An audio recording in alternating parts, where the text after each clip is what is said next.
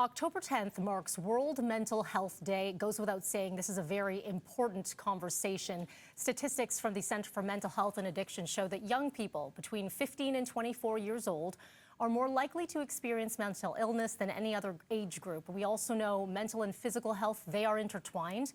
Those who suffer mental illness often likely to experience things like chronic pain or mood disorders. Here to discuss some of the resources available is Mark Henick with Kids Help Phone. Thank you so much for joining today. Thanks for having me, Melanie. Just recently, a conference with a big announcement and also some findings. The findings, spoiler alert, are not good. Yeah.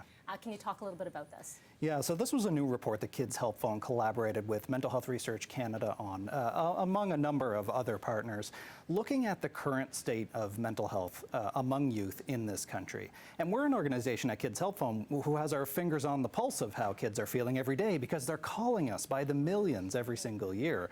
And like you suggest, this report really suggested that our youth in Canada are struggling, they are suffering, and a shockingly high number of them are talking about and even going through with things like suicide. So we know that they're suffering to the degree where they feel like they can't escape, and that is preventable. That's why services like ours need to exist. When you talked about the conversations, let's get to those numbers. Kids Help Phone had over 4 million conversations with youth across Canada last year. Yeah, 4.7 million just last year, 20 million since 2020, the onset of the pandemic. Last year was our highest ever. What does that tell us? That tells us that things are getting worse for young people. Almost a quarter of the people who contact Kids Help Phone, the young people, they're talking about suicide. They're telling us things, 75% of them say that they told us things that they've never told anybody else before. So, I think what that tells us is that kids don't feel like they have permission to feel their feelings out loud, that they have nobody to turn to, they're isolated and alone. But the good news is, though, that they do know about us, and increasingly they're calling us to talk. And it's not just calling. There are different ways to interact. We are in 2024, and to be able to, at your fingertips say, I need help here at my fingertips or on my phone. How have those who have been answering those calls on the other side?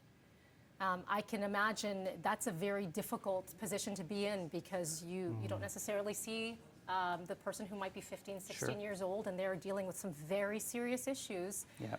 What's it like on the other end? Yeah, you're so right. And we receive interactions by phone, by text, through our web app. We have integrations now in classroom learning environments where young people can contact us.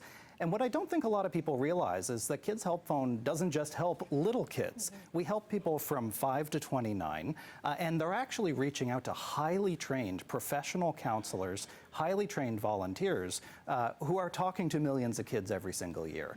So we have become the most trusted charity in Canada in this respect. That's 75% of kids who are sharing things they've never shared before. They're doing it because they trust our expertise. So for the people on the other end, they've been to this rodeo before and they know how to help. They might not be able to solve all your issues, but they can certainly provide an empathetic ear. As we look ahead to a holiday weekend, and this is often when you have maybe some conversations, or maybe some people dread holiday weekends because it does bring up a number of feelings and emotions. How do you start conversations around someone who you think maybe needs that door open for them? How do you even broach that conversation?